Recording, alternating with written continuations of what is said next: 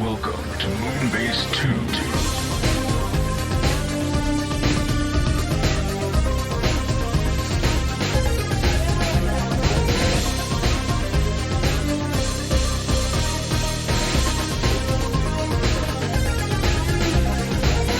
Hello, everybody, and welcome to the Moonbase 2 podcast. My name's Andy, Corporate Commander TFW, and I'm joined this week by the man constantly woke up in bed. It's Mikey G. Wolfie 3. Hello, Mikey.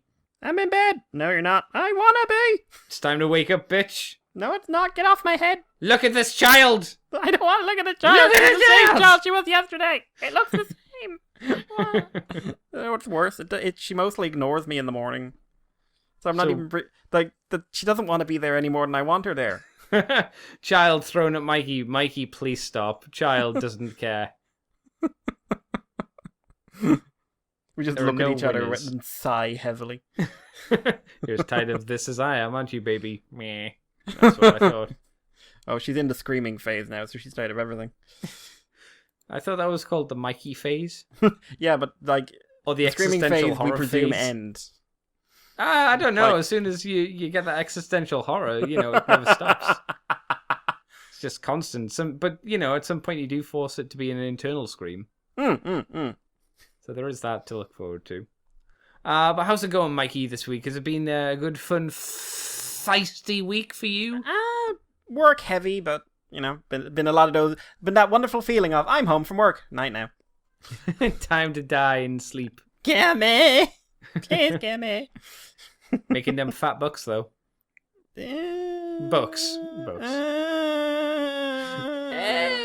I think I lost money in the last 2 weeks. Oh, no. In terms That's of not good. stuff I had to pay for. Oh, no. That's not good. Ugh. Yeah. Well, Mikey, shall we talk about some news this week? Yes. Right. Unsurprisingly, not a huge amount of news this week, but we do have a bit of stuff from Magic Square. There was another story, I think, from Magic Square that I didn't put on. I'll talk about this one first because I didn't put it in the story, but it connects to this because that's how it goes, I suppose. Magic Square Toys Light of Justice MSB18S Death Color and the MSB18B Dark Color are Legend Scale G1 Optimus Primes. So you can have a tiny black version of Optimus Prime in his evil red tinted version, or you can have the dead Optimus Prime version, which is more just a really heavily muted color. Like his red's been taken down to a maroony kind of color. It's the same color as the other story I sent you, Mr. Mikey. So what would you say that is? Like super dark maroon. I think it's supposed to be grey. It's supposed to be, but it's with that hint of red. Yeah. Which is weird, because when he died, he was just grey. That's what I thought, yeah. Maybe they thought they couldn't just sell a grey toy, which is fair. I don't think you really could. But I'd these buy are a grey toy. No, Mikey, you'd buy a great toy. Remember, they're selling a toy of a dead guy. Yes. And, when the last thing he was doing was action posing. And he had his battle axe, remember? Yeah, oh yes, when he was dead. When he was dead. I think it would have been nice this transfers over to the other story because we can talk about this as well. The Magic Square Toys MS-1S Light of Freedom Death Colors, which is again Optimus Prime, the Masterpiece scaled version. That I assume the transformations are different, but again, it's the exact same color as the smaller one. Yep. But that's it. It doesn't seem like they've really done anything else. No, they have. Look. Have they? If you look at when the shot where he has the Matrix. Yeah, it's got a cracked window slightly. Yeah, so he's cosplaying. Isn't that just like an excuse to repaint it into Shattered Glass Optimus Prime, though? Do you not think? Or will be used as an excuse if they haven't done it already, which they may or may not have. Is it on the other side? Is it on both sides or one side? It's hard to tell. You know what? I think it's on one side. Yeah, I think it is on one. Was Shattered Glass on two or on one? One. One side. Although I think it's the wrong side for him. Right. If it's a tampo, it should be easily flippable. Oh yeah. But I could see that. Yeah, I think if you're gonna do a in quotations death version, maybe give him a new head where he's all fucked up. At minimum. Yeah, this is more like Optimus has turned down the contrast on your screen version. Yeah. If you're going for a death version, remold the head. You could probably remold the, depending on the transformation, of course. You could probably remold the boobs. I think they're a bit more damaged. Done a little work on his sides as well. Have they? What have they done? Yeah, there's again, Matrix shot it. Yeah, there's these little dents and things. See? Oh yeah. Oh, they're They're bad. Minor. They're very minor. They're bad. They're only on some of the shots though. When he has the shot with the Matrix open. I wonder if you can swap it. I'm guessing so because they're not on all of the photos. But those are his ab. How do you swap that? I don't know. Maybe one of those is a Photoshop. No, that would be madness. That would be really weird to like Photoshop damage detail onto one and then none of the other ones. They went, shit, we forgot. I mean, you could be right, but it would be a really weird thing to do. Not the most impressive damage detail either. No, I would say that. So in terms of a death color repaint, both the large and the small version are, at least in my eyes, kind of lackluster and just kind of a...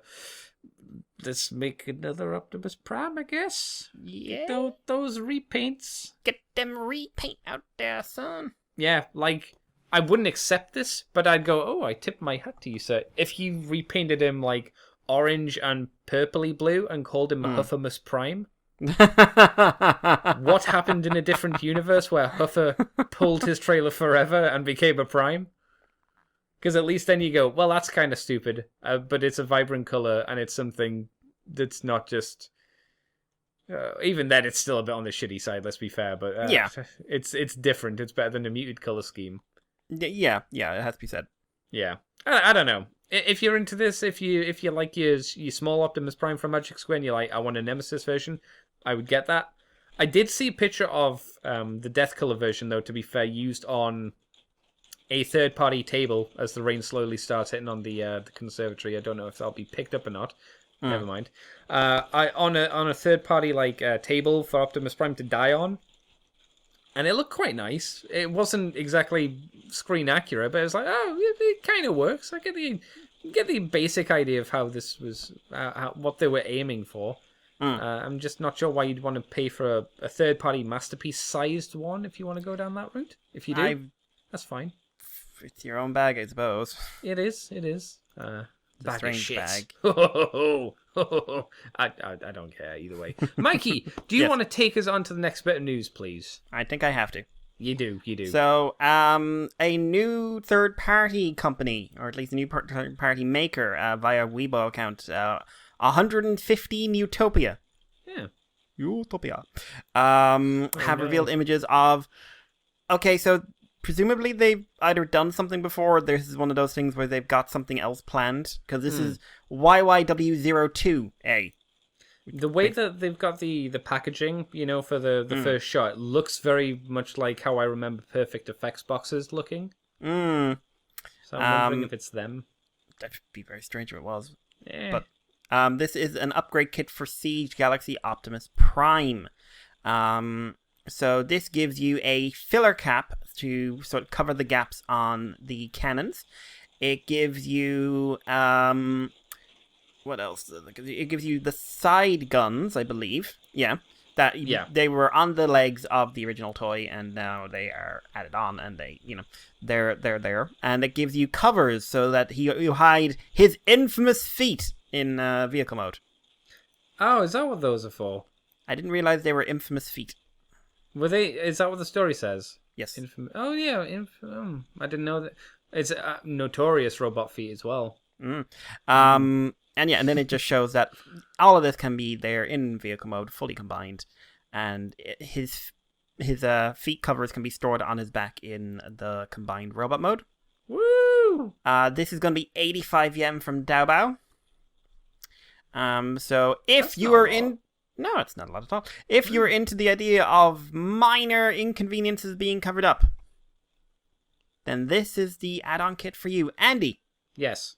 Are you into minor inconveniences being covered up?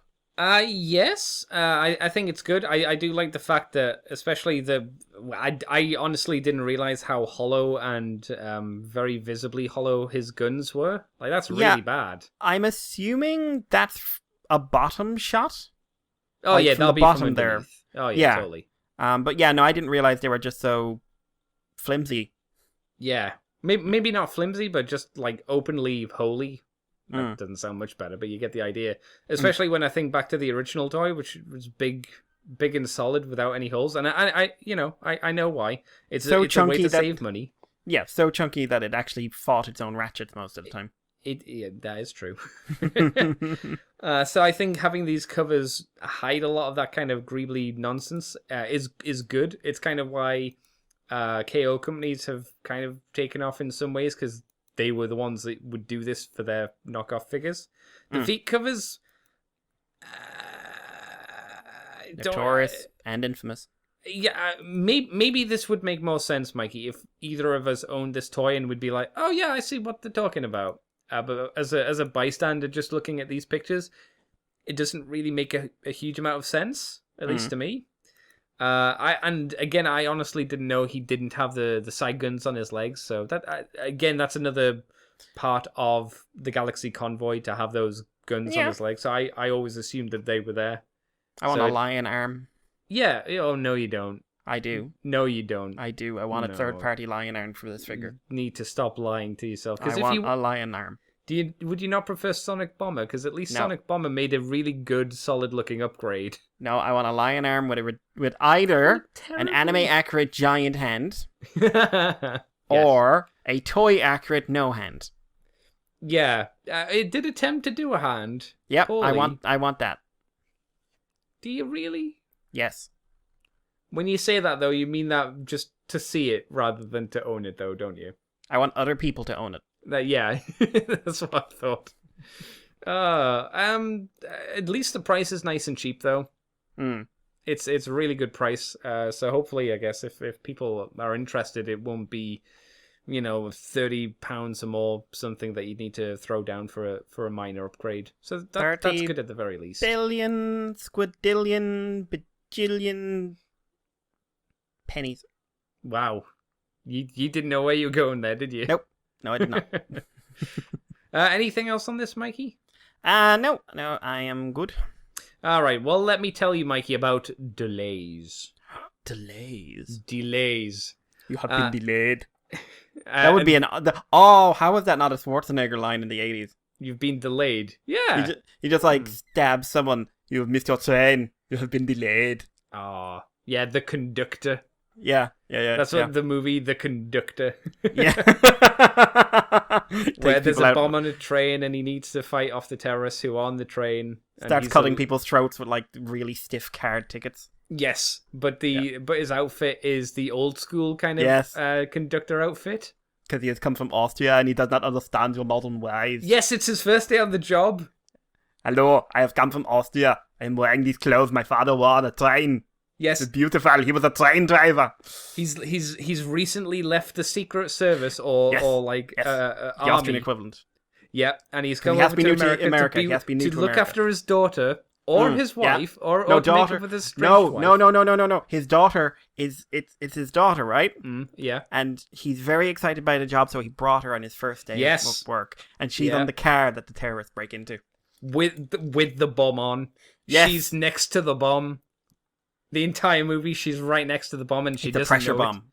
Oh, she's on the seat, and she's desperate for the loot.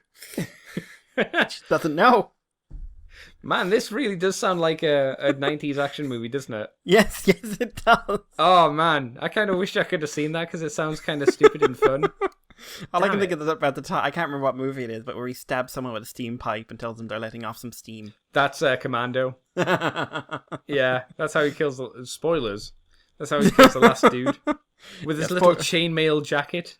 Oh, that was a great film. That's so dumb.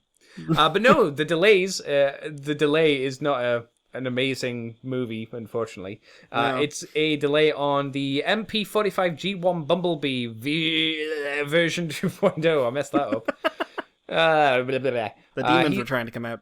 That's right. The Demons did come out. He's been delayed. I don't remember when he was meant to come out. Oh, it was September. Apparently, he was meant to come out this month, but he's been pushed back to November. So you're gonna have to wait. Maybe save him for Christmas if you're in the market for a Christmas Bumblebee.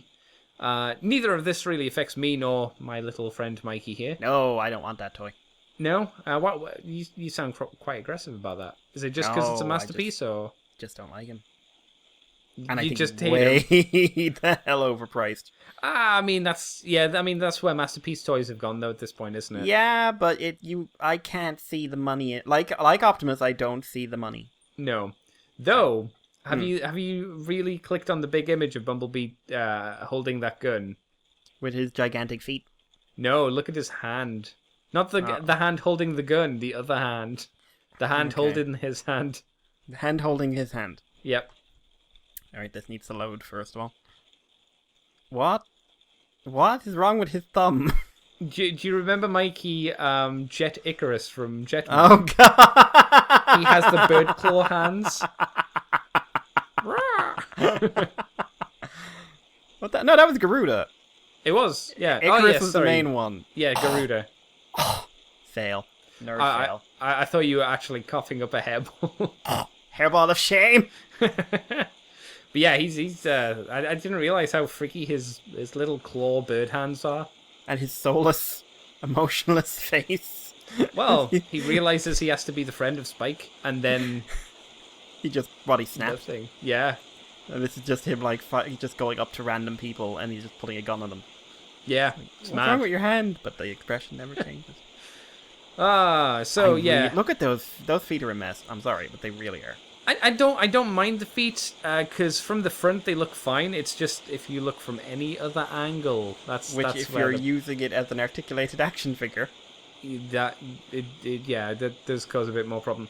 I mean, he ain't gonna fall anytime soon. No, see, it's not like I don't visually dislike how Bumblebee looks. I think he's certainly going to be overpriced because he's masterpiece, and I'm assuming he's probably going to have a faffy transformation because that's the way that Transformers have gone these days. But yeah, delayed till November. So Christmas gift for yourselves, you that have pre-ordered it. Yes.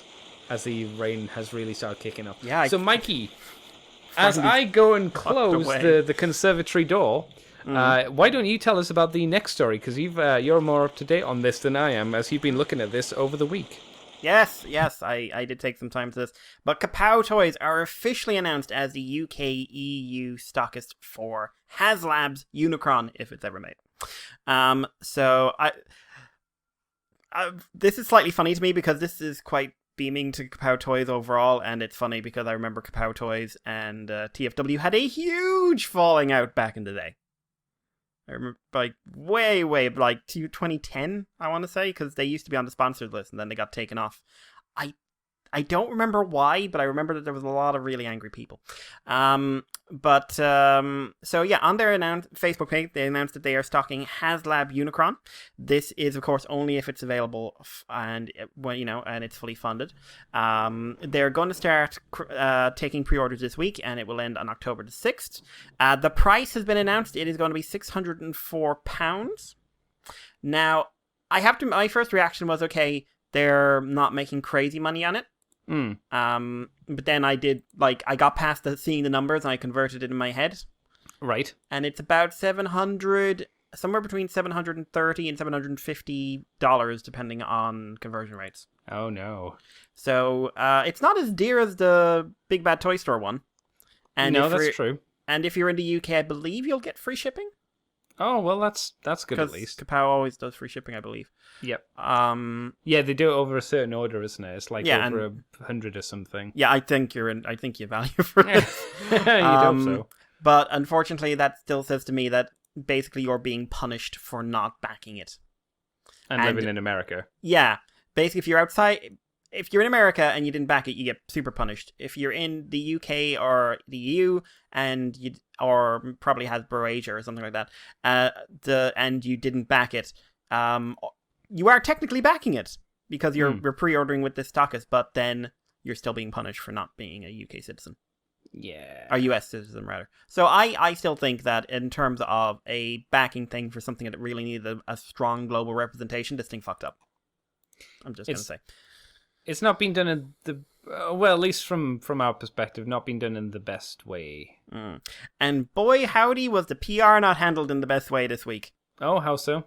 Drama! Oh no, more drama. Surrounding Unicron. Dromedary camels.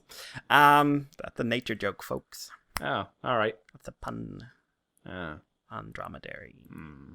One hump. yeah. But yeah, so previously, TFS Express had announced, I think a couple of weeks after the funding started, that they were going to be stocking the figure at about the same price as Kapow was offering it, right? Right. Okay. So, all in all, Kapow announces that they're stocking it.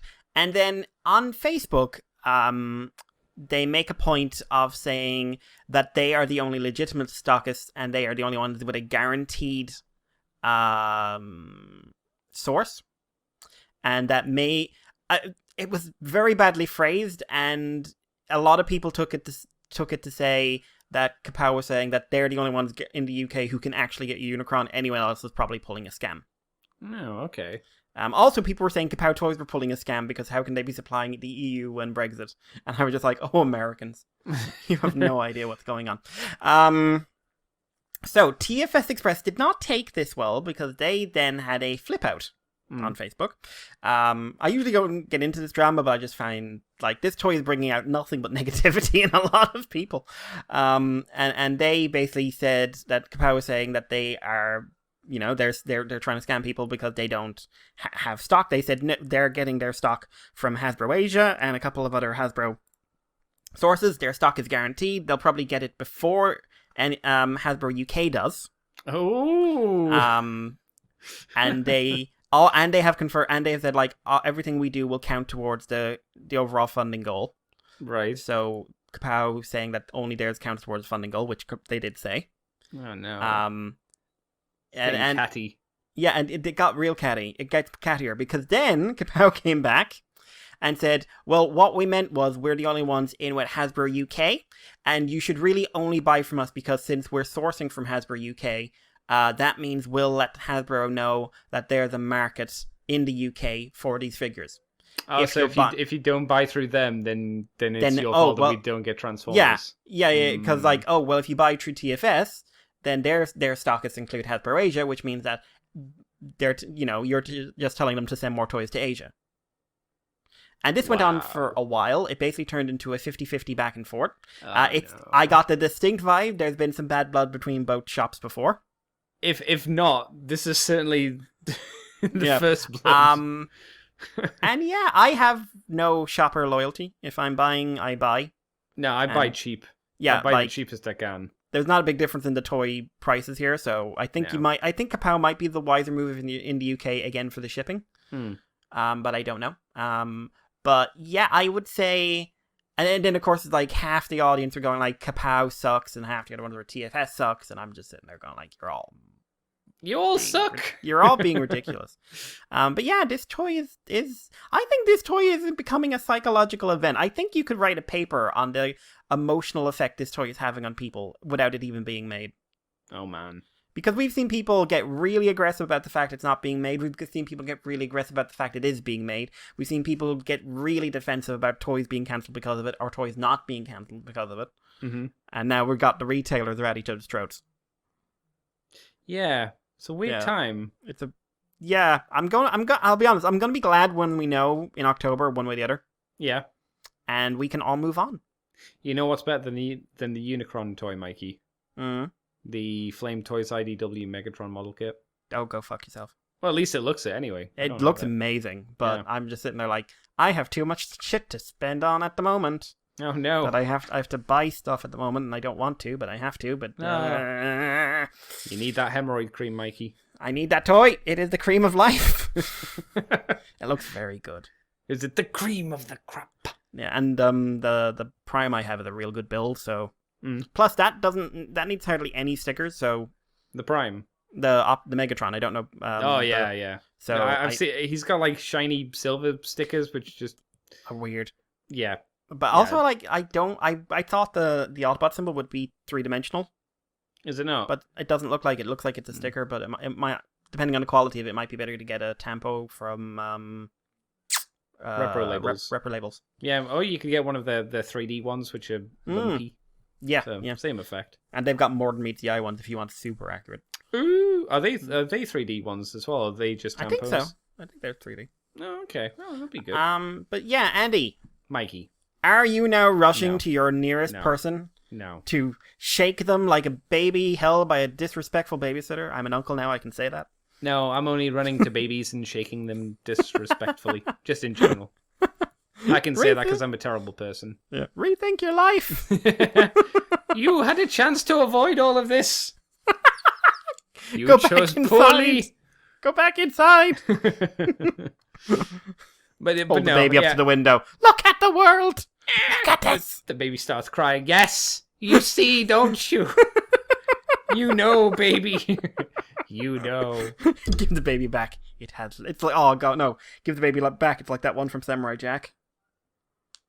Which one? The episode where he like finds a baby in the middle of nowhere. He's taking it back to its parents, and the baby sees a fight, and then the baby has learned the way of the warrior. Yeah. And the baby's just like, "How are you, baby?" That's right. Oh, that was a fun episode. Jack scared a baby. Oh, but in terms of Unicron, though, yeah, no, still doesn't do anything for it. Oh, for me, interesting though, like you say, to see how much it's riling up people in a lot of ways. I don't know if people are just easily riled up, if there's more tension around at the moment than there would have been a few years ago, or maybe it's just because it's Unicron and people want it super bad, or a combination of everything. Who knows? Mikey, let me take you on to WizKids, the kids that whiz, as they show off the G1 Transformers Deep Cut miniatures. We've got a product sample of a Bumblebee. It's unpainted, it's G1 inspired, so it's, little chunky Bumblebee. And I think this is from the miniatures game that they were going to be doing, if I'm correct in thinking that. I honestly don't remember. It's expected for release around December, and it's going to be an economic $4.99, so it's going to be cheap as chips. Yeah, because this is the first of 4 with Optimus, Bumblebee, of course, Megatron, and Starscream. I think we have talked about these before. Yeah, I'm just looking at the link here. I recognize the Starscream. Yeah, so now we see Bumblebee. How do you think he looks, Mikey? I think he looks like a small Bumblebee. Yeah, he looks like a little dumpy Bumbleman. Yeah. I don't really have anything else to say. He's got an okay-ish pose. I wouldn't say it's super dynamic or anything. He's just kind of 1 foot forward, holding out his gun, 1 arm back, kind of strut. So it's not like an amazing dynamic pose, but it's like, yeah, it's all right. It's fine. He's got his stuff and is showing it off. Yeah, I suppose so. I may as well take this next one as well. A Super 7 show off the Transformers NYCC 2019 exclusive for this year, obviously. And it's going to be the Transformers Super Cyborg Megatron, which is the same mold which we've seen before from these guys, because they did the vinyl, very slightly articulated, I think, Megatron, where you could see the insides of him. This is the purple version from that movie scene where he turned into that Galvatron lad. So it's the same idea. It's got like that really nice deep purple to it. You can pull off his chesticle if you want and see his inside gubbins again. They haven't really done anything to it. The box makes it look like he has the lines around him, but when you actually look at the figure outside the box, he doesn't. No, he doesn't. So it's fine. It's a purple Megatron. If you're in the market for one, he'll be available at New York Comic Con. I don't think he will be lickable or edible, so don't try that. I would also say don't buy him on eBay. Jesus. What do you mean? There's already pre-orders up from on eBay. Oh. And he is $75 at New York Comic Con. Oh. He's $140 on eBay. Oh no. I saw the first comment in the discussion thread. It says, "I don't get this at all. For $20, maybe 75. No thanks." I think, yeah. Even for $25, I'd be like, how much? Well, how much is the? Well, one, you don't know what kind of plastic they use, but how much is the regular one? I don't know. Mm. I honestly don't know. Probably more than you'd want to spend, potentially. It looks like an overpriced clear purple sex toy. I'll take 60. I'm not sure what sex toys you're into, and no kink shaming here, but Maybe a little bit. maybe especially with the chest coming off, you don't want that getting lost anywhere, shall we say, internally. Well, to each their own. People have their things. Mikey, do you have anything else you want to say on Purple Sex Toy Megatron? Always lube first, kids. Yes, it's safer that way, I'm sure. You can take us on to the last bit of news then, Mr. Mikey. Yes, another guest announced for TFCon 2019 in DC in October 25th, 27th in that hotel, Hyatt Regency. So Josh Perez, IDW colorist, Dreamwave colorist, I believe, for a while. He is being presented by Robot Kingdom. They're literally putting him on a pole and carrying him around the convention like a flag. That he has a bannerman. Will he still be alive or will he be dead? He will be crucified on a cross made out of bumblebees. Oh, okay. Wow. They've glued them together. It's bumblebees of all eras. I can imagine he could think of worse ways to go, so that, he's probably fine. Yeah, Josh has worked on such books as Megatron Origins, Robots in Disguise, Mord Meets the Eye, Transformers vs. Rom. And yeah, he's going to be there. He's going to be offering prints, taking commissions. He's also a bit of an artist himself. He'll be joining the likes of Dan Gilvin, Paul Eiding, Michael McConaughey, Alex Milne, Aaron Archer, Jack Lawrence, Casey Collier, the whole kit and caboodle, and David Sobolov as well. And Don Glutz, the porn guy. Is that on his oh god, what's it called? His WhatsApp or whatever it is. Don Glutz, the porn guy. His weird website. Oh man, it's weird. Sexy website. It's just when someone pays a woman to stand with an Allosaurus skull, but she's just holding it over her nipples. It's very distracting. I don't know what I'm looking at. Where am I looking at in this picture? Why are you fighting this, Mikey? Because I don't know where to look. Which one am I ogling? Am I ogling the skull? Am I ogling the woman? I mean, does the skull have a fedora on, and does he have a gun, and is he actually a Kamen Rider? Because if it's that, then you should always ogle that first. Well, there's a naked woman, but nobody's perfect. It's oh yeah, nice. Oh, you could do the meme where it's like boobs are transcendental, skull is forever. Don't be tempted. Too bad he's dead. Yeah. Not quite forever. But in our hearts forever. In our hearts. That's right. So that's it then, is it, Mr. Mikey? Yep, that is it for the week. It was a quiet one. You don't have naught else for me? No Transmorphers. God damn it. Well, Mikey, what have you been up to this week? What have you done? Hasbro's getting rid of plastic. That's something. What do you mean? They are going to move into boxes that no longer have any plastic in them. Oh, I thought you meant they were going to make Transformers out of, like, hemp or something like that. I think we'd all like that, let's be honest. I don't think we would. But yeah, that's it came out last week, I think, that they were, as part of the climate action movement, they are going to remove plastic from their packaging. Okay. So presumably boxes will not have windows anymore. I mean, I'm not really fussed either way. I mean, a lot of people are angry. Why are they angry? Change.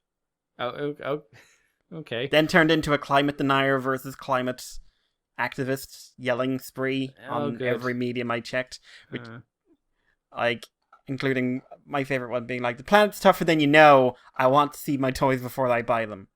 That's a direct quote. Like, I can get why you'd want to see the toy before you buy them, because in this day and age, I don't know about you, but I've seen a lot of people, like... get fucked over? Well, I was going to say take toys back and not be the right toy. Yeah, that is a thing nowadays. So if you then do that, but with a box, you're going to get... There's a higher potential that people who buy the toy legitimately are going to get fucked over. I don't know if it's cheaper. It's probably more expensive for the company to do recyclable plastic for covers. I don't know. Also, a lot of recycled plastics, and if you do buy into why they're doing this, which I never do because it's a company, and say like, oh, we're doing this for the world. Technically, in order to make a lot of recyclable plastics, they have to go to Madagascar and cut down a whole lot of trees to grow them. Really? Okay. Yeah, it's actually kind of terrible. Yeah, so it's one of those things. They're recyclable, but my God, we've got to do a lot of bad stuff to get that recyclable plastic. Yeah, it's recyclable. Is this a dead lemur? No, that didn't come in the box. It's fine. It's an accessory. Bonus accessory. Just wrapped around a Megatron. With a little sign included. Why? You said it was recyclable. Oh man, that'd be that's dark. This is kind of dark, Mikey. What would be worse? Hang on, what would be worse? You open the box and you find a live lemur. I'd be impressed. I'd be like, good on you, little lemur, for surviving that long. He grabs the lid of the box and slowly closes it. This is mine now. I live here. Can I have the toy? No, we're married. No, this is we're together. Don't judge. So Mikey, what have you done for fun this week? What's been on the lips of Mikey? Too easy. It's been a very work-heavy week, but I have had a bit of time for some stuff. Oh. This was a kind of sudden thing. A Jurassic World toy line. I have been visiting my local Smiths and just staring at their shockwaves, willing the price down, but no movement yet. Not even a penny off the €55. I'm just like, I want that toy. I do, but not for that. It's not worth that. Sorry, what toy's not worth what? The Siege Shockwave. Oh, how much is he? You say he's dropped? No, he hasn't moved. I just go in there and look, and he's still 55. And I'm just like, this toy's been out for like 3 years now, right? Feels like it. And the Optimus you can get for 15. I got nothing to add, but they just see me coming. But the reason I thought of that is because when I go in, there's the Jurassic World toys are just across the way. And they had a new line called Dino Rivals come out. They're rivals or riders. Rivals. Ah, yeah. About a month and a half ago, I think, maybe a little longer.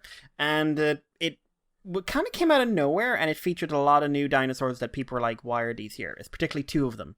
There was a new Allosaurus and a Nasutoceratops, which is kind of like a Triceratops with two horns.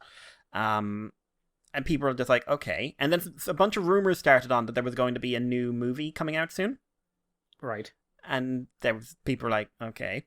And then Colin Trevorrow officially announced a couple of weeks ago that an 8-minute short was being done set a year after Fallen Kingdom, and it would be released on FX. Okay. So that came out. It went up on YouTube at the same time. So I checked that out. It's an 8-minute short, basic story. Family is out camping. For anyone who doesn't know, at the end of Fallen Kingdom, all the surviving dinosaurs from Noblarg escape into like mainland America, including the original T-Rex and Blue. So this is 2 years later, sorry, and a family's out camping, and they're the father and mother have remarried, and they're like, oh, you better watch out for bears, kids. Oh, Jerry, don't you teach my girl how to use a crossbow. Hang on, why shouldn't she learn how to use a crossbow? I'd love to learn how to use a crossbow. That'd be She's 6. I think she doesn't want them to shoot him. She needs to learn at some point, Mikey. Only with a life skill that applied. But as they're like, they go into their RV, and then they look at the window, and one of these ceratopses shows up, and it's got a baby, which means that dinosaurs are breeding. And they're like, oh, look, nature, don't move. And then the big meat eater shows up, and there's a fight. And then he decides he's more interested in eating small, squishy people, specifically screaming babies. Oh, well. In a quite dark scene of where they because they were using an animatronic, not CGI. Oh, good for them. That's good. So, yeah, I've seen the animatronic. It looks really good. But what they did was strap a baby upside down. A real baby. Oh, wow. Upside down into a chair, because it's supposed to be like, oh, the dinosaurs thrown the RV. So the baby's sitting there crying, and then they get an animatronic, and he said any shot where it's just the head is an animatronic. Right. So they then get a robot, start pushing it against some glass next to the baby's head, smash it, and then have it open its mouth and lean in. And the child is just like, ah! Like that's traumatized. That boy is traumatized. Like, that child is like years from now just rocking backwards and forwards. They see like a dinosaur toy and they just run screaming out of the room or something. But no, it's actually quite well put together, in all seriousness. The CG, for the most part, is good. It's shot mostly at night, so they use that as a bit of a cover for stuff. There's some dodgy CGI at the end where they're doing really quick shots of dinosaurs interacting with people. Like someone's throwing a dove at a wedding, and a dino comes down and eats it. Oh, sorry. When you said throwing a dove at a wedding, I thought you just meant like throwing doves at wedding guests. I was thinking that's pretty dark as well, really. Okay. Yeah. There's also a scene of like a family, like a girl's running away from the little dinosaurs from the Lost World. Remember them? Oh, yeah. And she's running around a farmyard, and there's 3 of them chasing her, and it's supposed to be like she's scared, and they're like, oh. The parents filming their child running away from the harmless little thing. They don't know. I'm just like... Kind of like when children run away from geese and parents laugh at them. Yeah. Yeah, and then the geese stop and look at the parents. Oh no. Yeah. The goose has turned, it seems. But I was just like, those murdered a lot of people in those movies. Why are we... Are they going to kill that child? Maybe. But no, it's actually well put together. It's got more of a horror vibe. Okay. Than Trevorrow's previous work. Here's the question. Do you think this will carry over to another movie and be good? Or do you think it'll stick with the same kind of quality they've been to? I know he's doing the next movie. Okay. So they got in a horror director for Fallen Kingdom. And I will say there are a lot of bits of Fallen Kingdom I really dig. I think the horror stuff with the Indoraptor really works. But one, you can really tell he had no idea how to do anything else. Right. In that film. Like the fact that the Isla Nublar scene, which should be the big, oh my god, we're on Nublar, this should be amazing, is like the draggiest, most boring part of the film. Oh, bummer. And also, whenever he's interviewed, he sounds so disinterested in the fact he had to do this film, and it was just like, I was an indie horror director, and now I'm doing a Jurassic movie because that will move me into mainstream Hollywood, really. Oh, that's really sad. Well, I imagine Rian Johnson... I would have thought you'd be excited to do a Jurassic Park movie. Yeah, but no, this guy just came across as just like, yeah, I'm here because I was paid to be. Oh, bummer. You don't want that kind of guy working on your movie. Well, he's out, and the guy who did Jurassic World is back in. Okay. So, and I like Jurassic World, so I'm happy. Yeah. He has said there's no hybrids anymore, though. He's sticking with normal. Yeah, no Indominus or anything like that. Oh, okay. So normal living normal dinosaurs. They're also saying Sam Neill is coming back for it, so that'll be Grant. Oh damn! How old is Sam Neill now? Don't know. I know he lives on a farm and he has a pet pig. Oh, okay. And he sometimes puts up videos on Twitter of him tormenting the pig. What do you mean, like eating bacon in front of it or something? Like rubbing applesauce onto the pig, or like while licking his lips. But so it's 8 minutes and it's free, so I think it's worth seeing. I've got to say, I really like the fact that he did an animatronic. I also watched today, actually, the first episode of Rogue, Kamen Rider Rogue, which is a mini-series from the Build era, which I'd never seen. I've been meaning to watch it for ages. I just never got. It's basically the backstory of how Gentoku became Night Rogue, and then how he became Rogue. So it takes place before the Build series begins. What the first episode does. The second episode, I've seen like 5 minutes. It's in the middle of it, just like after he's lost the Night Rogue powers and before he becomes Rogue. Okay.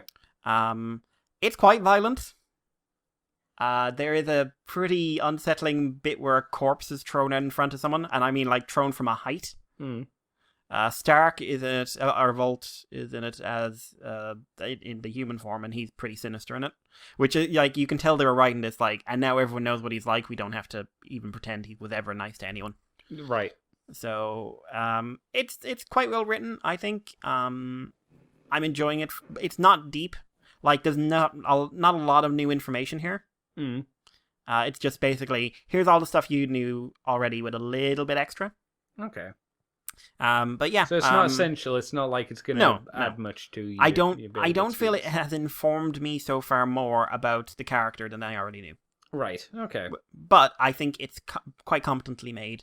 But like, if you were to compare it to anything, it would be to the Snipe Mini, and the Snipe Mini is required viewing, in my opinion. Yes. Because that is just brilliant. Yeah, it gives so much of his backstory, so I'd say that's well more worthwhile than what it sounds like the Rogue One was. Like, this is just a fun, hey, this is a DVD Blu-ray special, so we're just going to put a lot of blood and guts in it.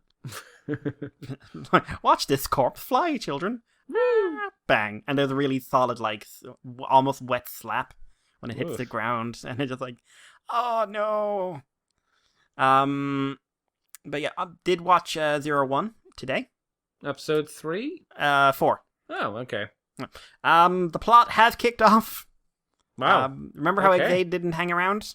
Yeah, they got into it quite quickly as well. Yeah, this is getting into it quite quick as well. Same writer is right. Yep.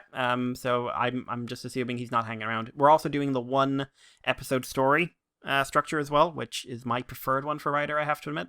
Yeah, because usually those early episodes are not very and interesting. Doing the double episodes, like, they frequently drag out. Yeah. Because they don't always, like, sometimes it works, sometimes they don't always have 2 episodes worth of story.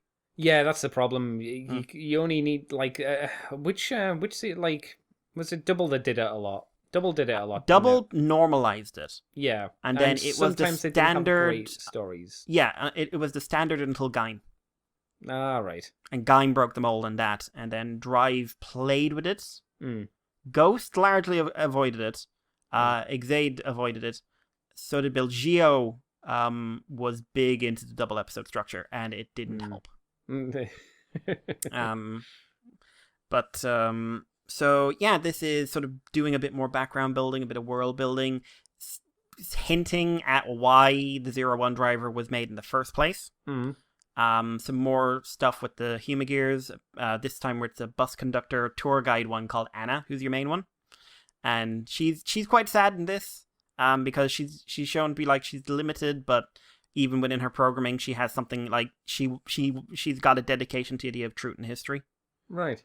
And also this is the one where Aruto's identity is revealed to the secondary writer, Fuma, I think his name is. No one said his name much, so I can't remember it.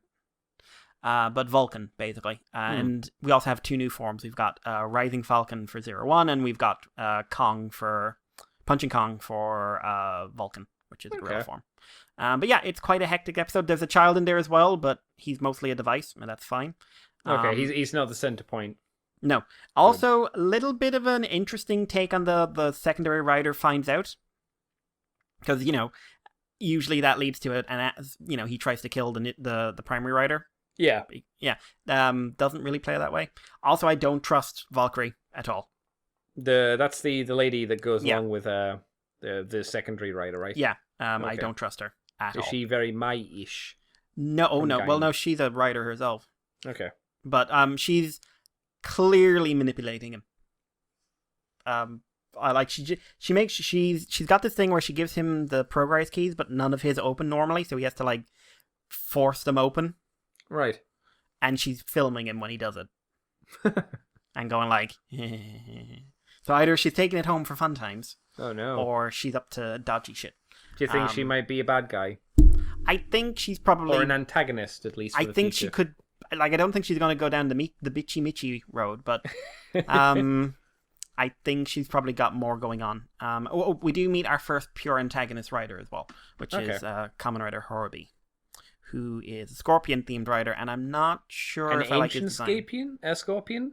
Or just a normal Scorpion? Just Scorpion. That's he's the guy who's making the ancient keys. That's why why I asked, because I wondered if his stuff was going to be off prehistoric animals as well. No, but he is based off a normal Scorpion. They've confirmed there is a 6th rider who's going to be introduced who is going to have the ancient theme. Yeah. But he's also going to have he's going to use a normal key and an ancient key. So that's going to be interesting. But yeah, like, I'm digging it. I'm digging this show. It's fun. The humor is not the funniest, but it's not like painful to watch, except when it's purposely painful, which is, the joke. Okay. And yeah, I'm interested. I'm always interested in stuff that sort of examines what it means for AI to be in our... At what point do you draw the line between them being a tool and them being a person? Yeah. And that's just something I think is going to be a major crux of this story. I like that stuff. Yeah. I also got a Legacy Collection Lord Zed, or Lightning Collection. Yes. Yeah. He's better than Doggy. Oh, that's good. I've heard he's meant to be quite solid overall. He's a really good sculpted figure, like good accessories, looks amazing, like kicks the ass of any other Zed figure that's been released. The only problem two is of them? I don't know. I've seen enough reviews to go like I don't want either of you. But the only major problem he has is the tubes on the arms. All right. Do they limit his articulation or like pull his arms back to a different position? And I kind of wish they had. Oh, what do you mean? They're not attached. Like they're attached to the wrist and the shoulder. Right. But in order to make sure he has completely free articulation, there's no attachment on the forearm. Oh. So, one, he's got full range of articulation, but it also means that frequently you just look over and like these things are sticking 5 feet above his arms. Oh. And it's something I think I would have taken a little bit restricted elbow movement if it meant I could keep the tidy look, because it's Zed. You don't need him doing too much crazy. Right. Yeah. And the only other thing I did was video game related, which was I finished Final Fantasy 15. Yay! 100%. No. So you're gonna do 100%. 20 hours story mode. That's not long for an RPG. For a Final Fantasy. Yeah. Apparently there's 60 hours if you do all the side missions and all the hunts and stuff, and I'm not doing them. You're gonna go fishing?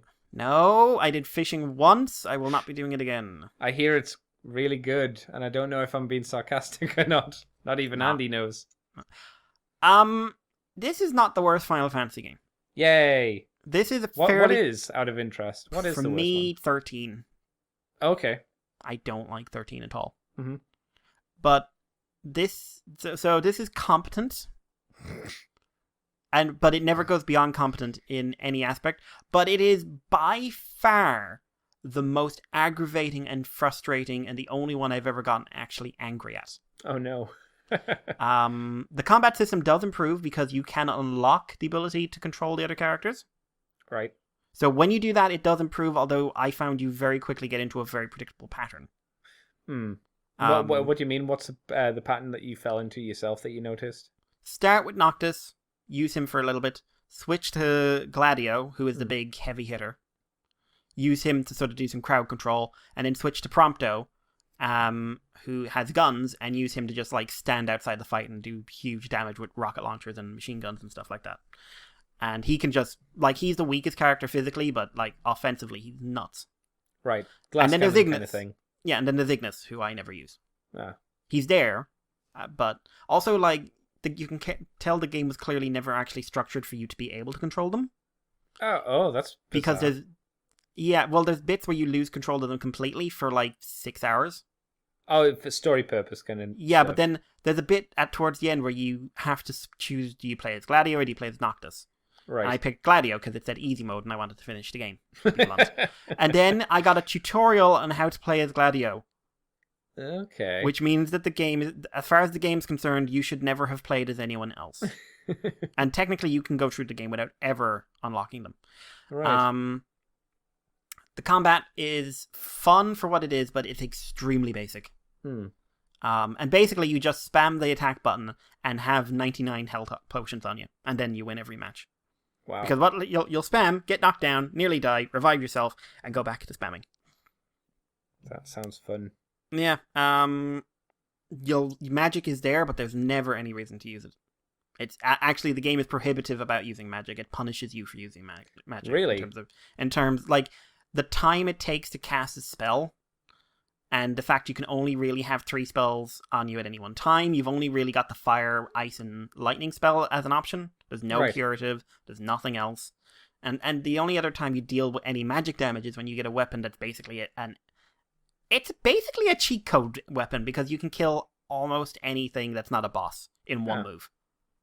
And it's a weapon you have to get, which is, I didn't like it. I found it was, I didn't like it. The last boss fight is basically just a mirror match.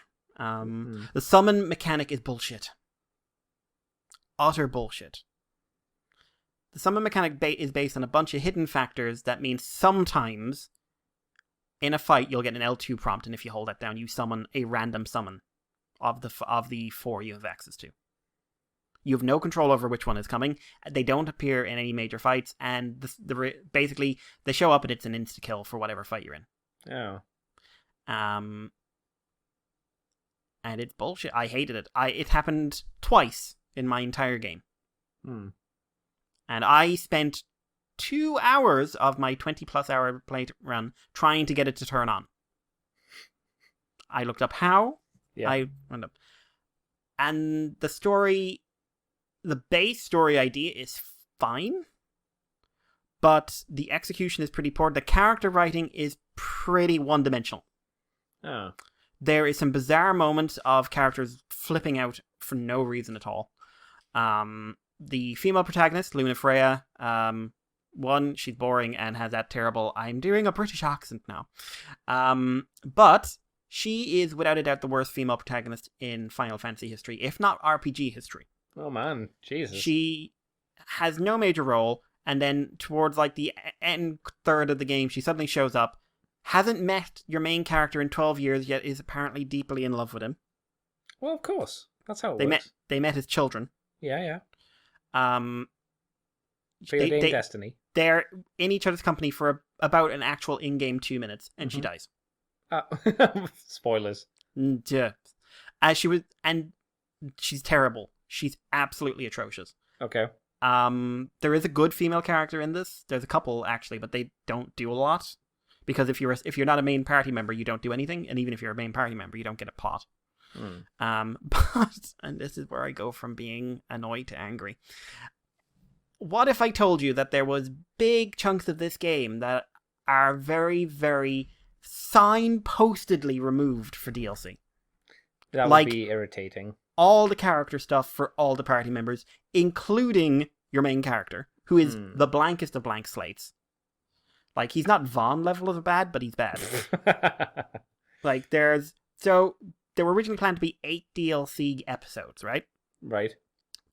4 of them were released. There was one. One was the online multiplayer mode. The other 3 were for the 3 party members, because there's bits of the game where those party members disappear. They come back and you never find out where they left or what was going on while they were gone, including one where someone tells you a huge plot reveal about themselves, and I was staring just like, was this set up? When did this happen? Are we not dealing with this? And it's in the DLC.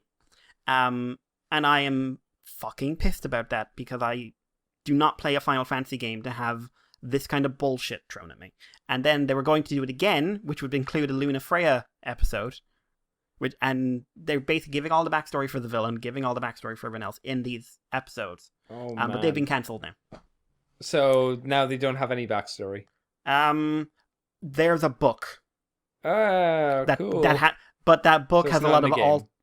and has a lot of alternate ending kind of stuff, like certain characters that were heroic in the game or villainous in the book. Neat. That's unforgivable in a Final Fantasy for me. One of your cruxes is narrative. Final Fantasy 13 does the narrative better. Like I said, not exactly my favorite game in the world. And like, it's so obviously made to say, hey, you're a casual gamer or a casual RPG player. This is the Final Fantasy for you. And it's just like, did Final Fantasy hit the level of reverence that it has in the gaming culture by being, inverted commas, accessible? And I'm using that because I'm not knocking the idea of an accessible RPG, but don't play a Western or American RPG and then say, aha, that's how I make this franchise better. I do the complete opposite of what we've done that makes it sell. Yeah. But yeah, it made me genuinely angry. I never want to play it again. Oh dear. So yeah. On the other hand, I'm an hour into Tales of Berseria now. All right. So I can't picture how long that is, because I'm killing pigs. Far. I'm killing pigs in the wood. Yeah, that makes sense. Yeah, you don't get too far. No, I like the way flavor text in it works, where you just press a button and suddenly you get this little cutscene. It's nicely done, isn't it? Yeah. Instead of it just being talking. Yeah, I have a suspicion there's a character in there who's clearly going to pull some bullshit. Okay. the main character I like, but I don't think she's going to stay this way for very long, given the 20-second cutscene with her and the werewolf. Well, where they have sex. Yes, the dodgy sex. That's a joke, by the way. Yeah, yeah. Is it? No, it is. Yeah, that doesn't happen. Spoilers, Mikey. She doesn't have sex with a werewolf. Well, Not in my game, anyway. Maybe that's an option. Side quest. But the combat system, what little I've seen of it, is interesting because it's it's actiony, but it's weird. It has a little bit of a combo system, but it's clearly based around turn-based. No, kind of. But remember that I said I started playing 15 because I thought that the combat would be kind of what I was going to see in 7. Yes. I actually, having seen the gameplays of 7 now and having played a bit of Berseria, I feel like Berseria might be a bit closer to it. Yeah, I have a feeling that as well. I'm still, even after all the hours I've put in this week to it myself, I'm still not a big fan of the combat system.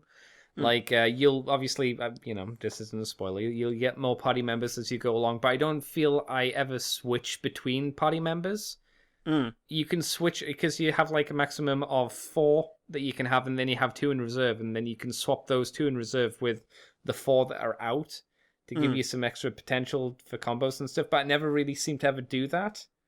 I find that, at least for me, I've got my combo set up to Y, B, and X and A, and I just will press that one button if the enemy's weak to that specific attack that I've set up for that combo, and then I never really do anything else. So I'd prefer turn-based myself, but that's not the era we live in. I'll be honest, I think we're moving back to it soon enough. I hope so. I'm getting a vibe. I hope so, because I don't like this faux act. If you want to do an action game, do an action game. Yeah, don't do a faux kind of sort of action-y game. And then put restrictions on what you can do for your fighting. Final Fantasy 15, wonderful game, award-winning, wonderful game. Oh man, it's very rare I'm angry at a game. But,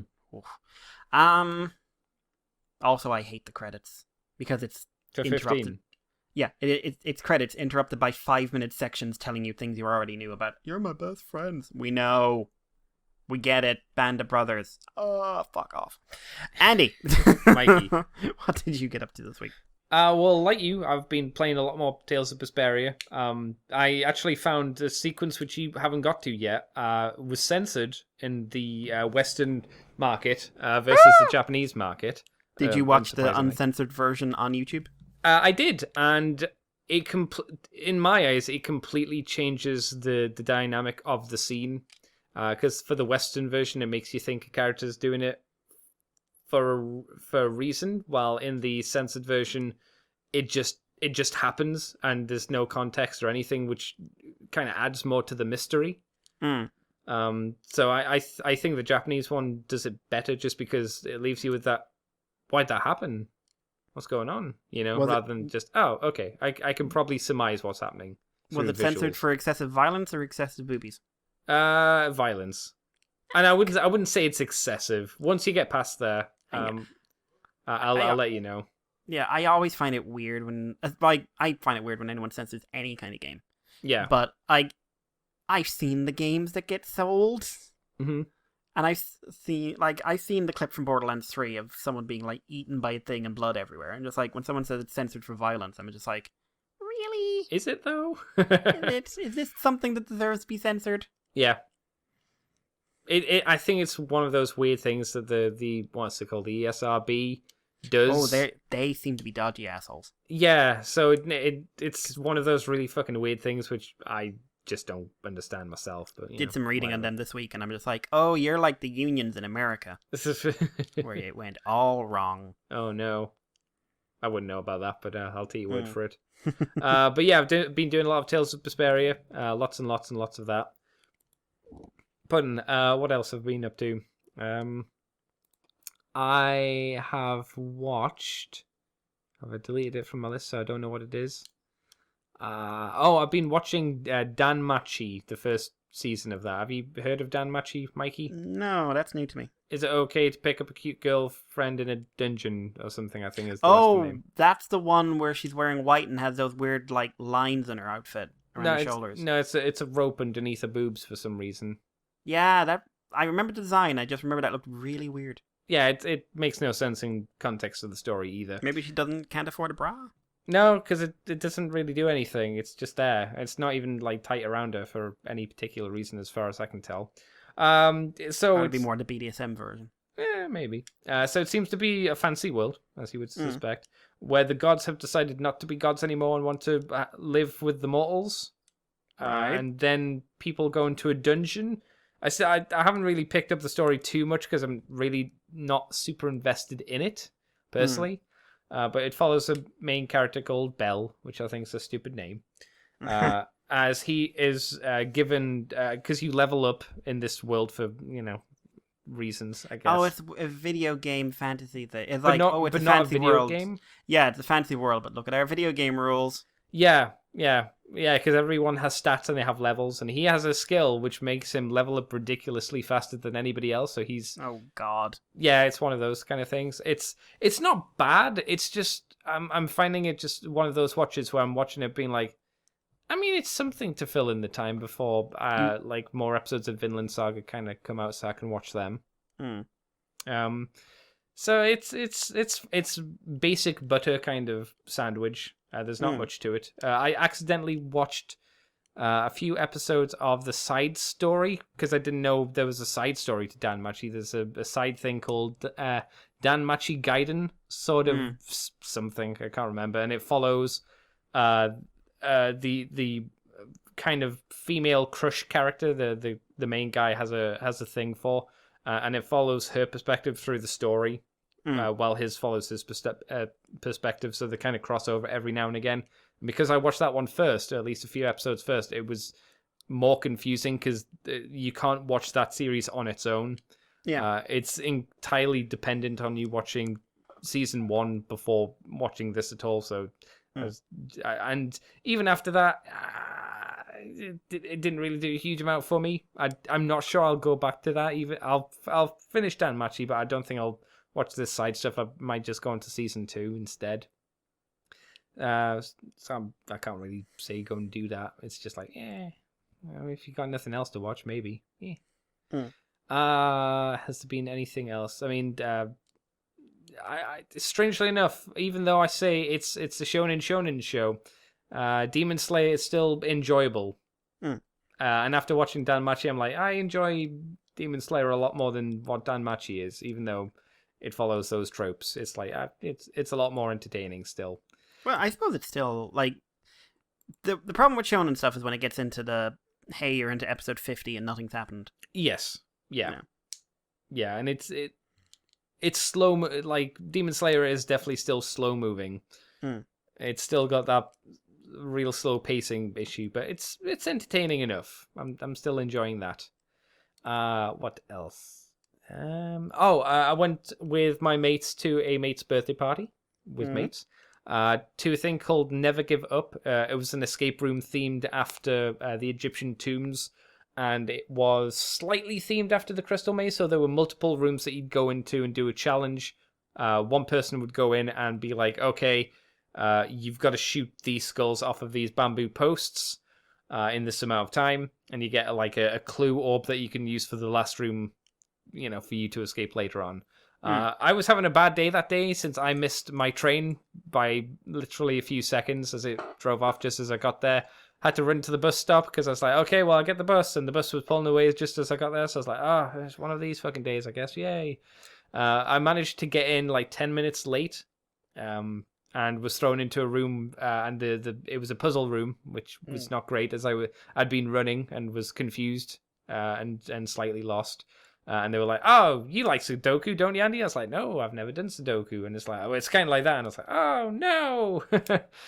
So it didn't go desperately well. But I redeemed myself in the final room and helped us escape. So that was the main thing. After that, we headed and did a little bit of mini golf, which was, annoying. Fun but annoying because I was just like, piss and ball, get in the fucking hole. And then we did shooting the hoops as well, and then went to a restaurant and did all that. Apart from that, I think that's all of real interest I've been up to. So not a huge amount, just little bits here and there, a little bit of watching of stuff. Mm-hmm. I honestly don't think there's anything else. I thought there was something else I did, but clearly there wasn't. Boo to that. Oh, I've been watching a lot of what's it called? Red Letter Media. I've been watching Half in the Bag. They're kind of where they talk about movies. I've been watching from episode 1 and just going through a load of those episodes. So that's been fun. They Red Letter Media. If you don't know them, give them a watch. They're funny guys. They know their movies quite well. So, Mr. Mikey, unless you have anything else to talk about, I guess we should probably wrap the show up because no point dragging it out for no particular reason, if you know what I'm saying. It's like there's nothing to talk about this week. Pretty much.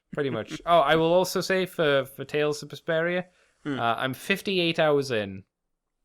I mean, it could be worse. Yeah, there doesn't seem to be, at least where I am, many opportunities for side story.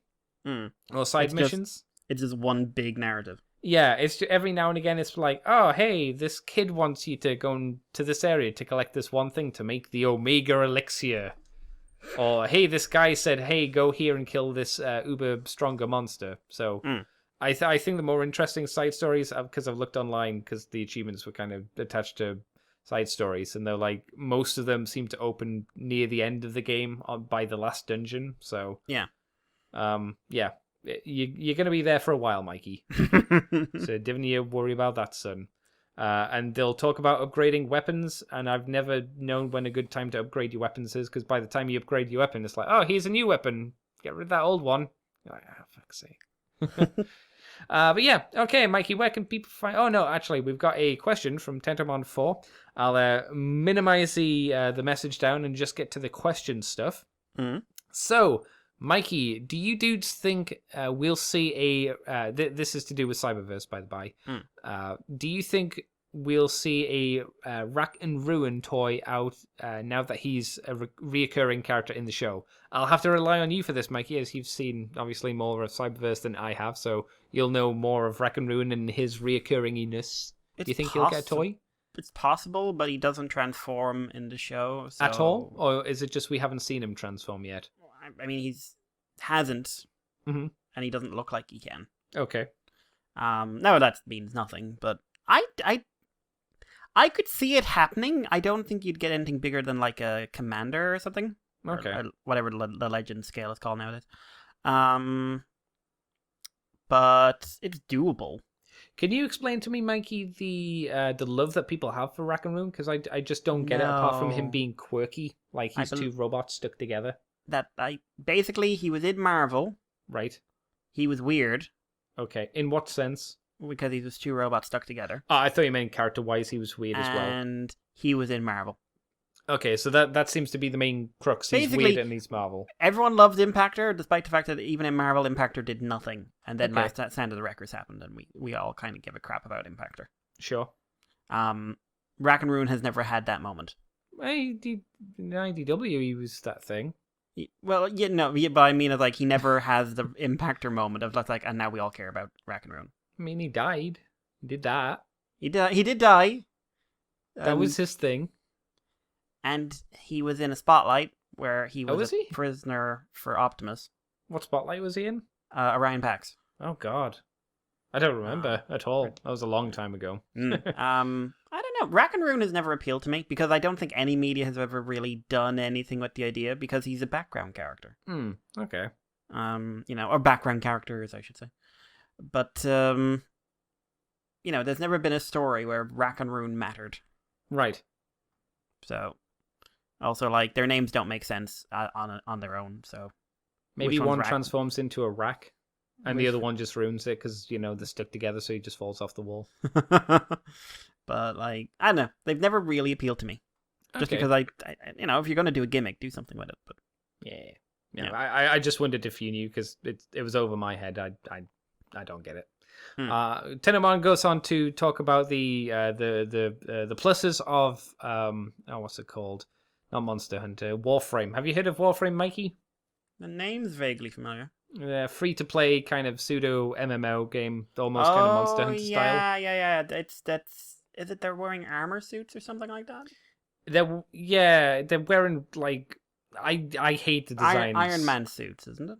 Yeah, but like really bizarrely designed, almost Japanesey, but like too I don't know. Yeah. I'll be honest. I tried it. I hated the designs. I just don't like the visual style of the game at all. I don't like any of the suits. And when I started, it throws you in, but it's one of those. It didn't feel like it was really explaining to you very well what was happening. It kind of threw a lot of like materials and all this kind of MMO stuff at you really quickly because it's an MMO that's been going on for years.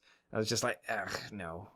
I played it for a bit and it was fine, but no. I hear free to play and I check out because I'm genuinely morally against free to play games, especially like on consoles and on PC. Like I genuinely hate the fucking things. Yeah. Like if I met the guy who started Fortnite, I might park a truck in him. Yeah. Because he's made some okay money, I bet. I bet he's made some money and he's also contributed to gambling in children, but that's fine. That's fine. Everyone needs a problem, Mikey. Listen, loot boxes keep the industry going. That's right. Oh, I hate that argument.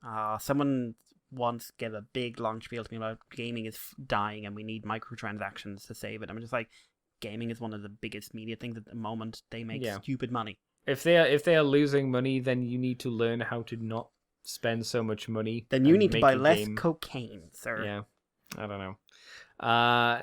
There's also a bit of a bigging ups of Borderlands, probably because you've been talking about it recently. Have you gone back to it, or are you kind of done with Borderlands? No, Mikey? I don't know. It's there if I ever need something to kill time. I watched a very interesting review of Borderlands 3 today, which I think was probably more honest than a lot of them are.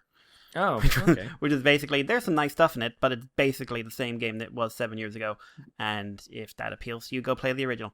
I mean, that looks exactly what it looked like, so I mean, it's good for calling it out on that.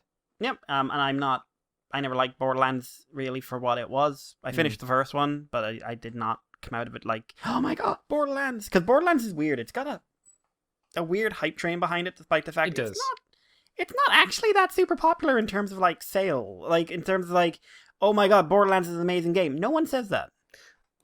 Is it because the writing's like fairly funny? At least in 2, it's fairly good. It's fairly funny. Okay. Maybe not good in terms of a story, but like no. It's but like, I don't know. I think it came out at the same time as Portal and stuff like that, but was more marketable because it was a shooter. And I think it's come from better.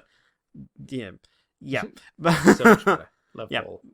But I don't know. I just look at those kind of things and I'm just like, I feel like this is one of those things where the hype a few individuals put around it just far exceeds the popularity. Yeah.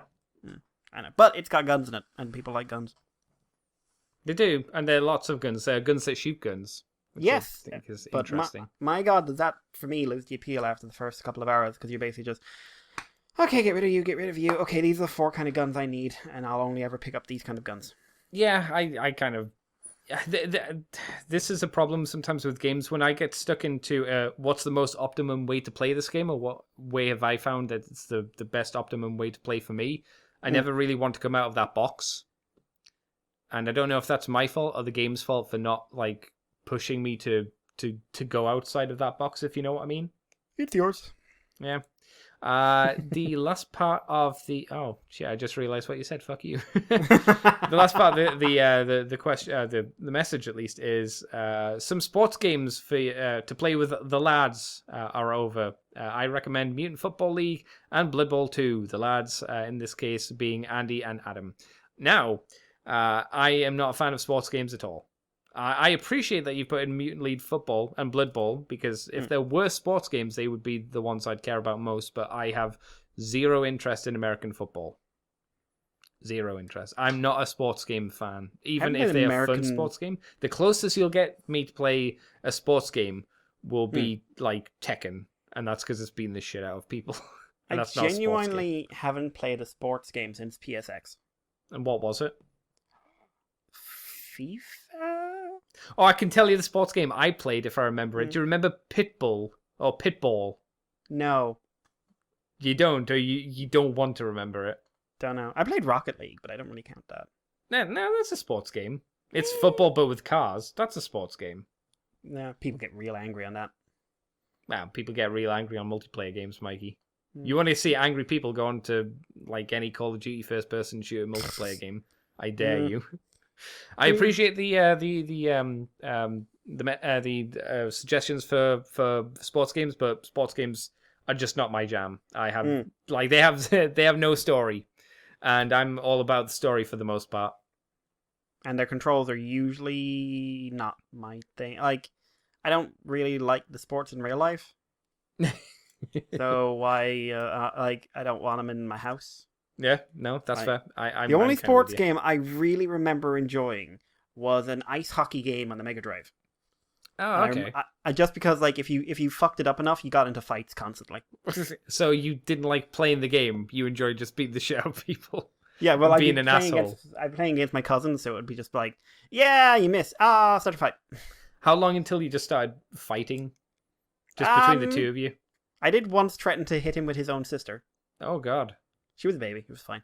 It's the easiest time to hit him with them. Well, like, you can't really get a good swing otherwise. That's true. That's fair. I've tried with 4-year-olds before. There's too much. The balance is off. That makes sense.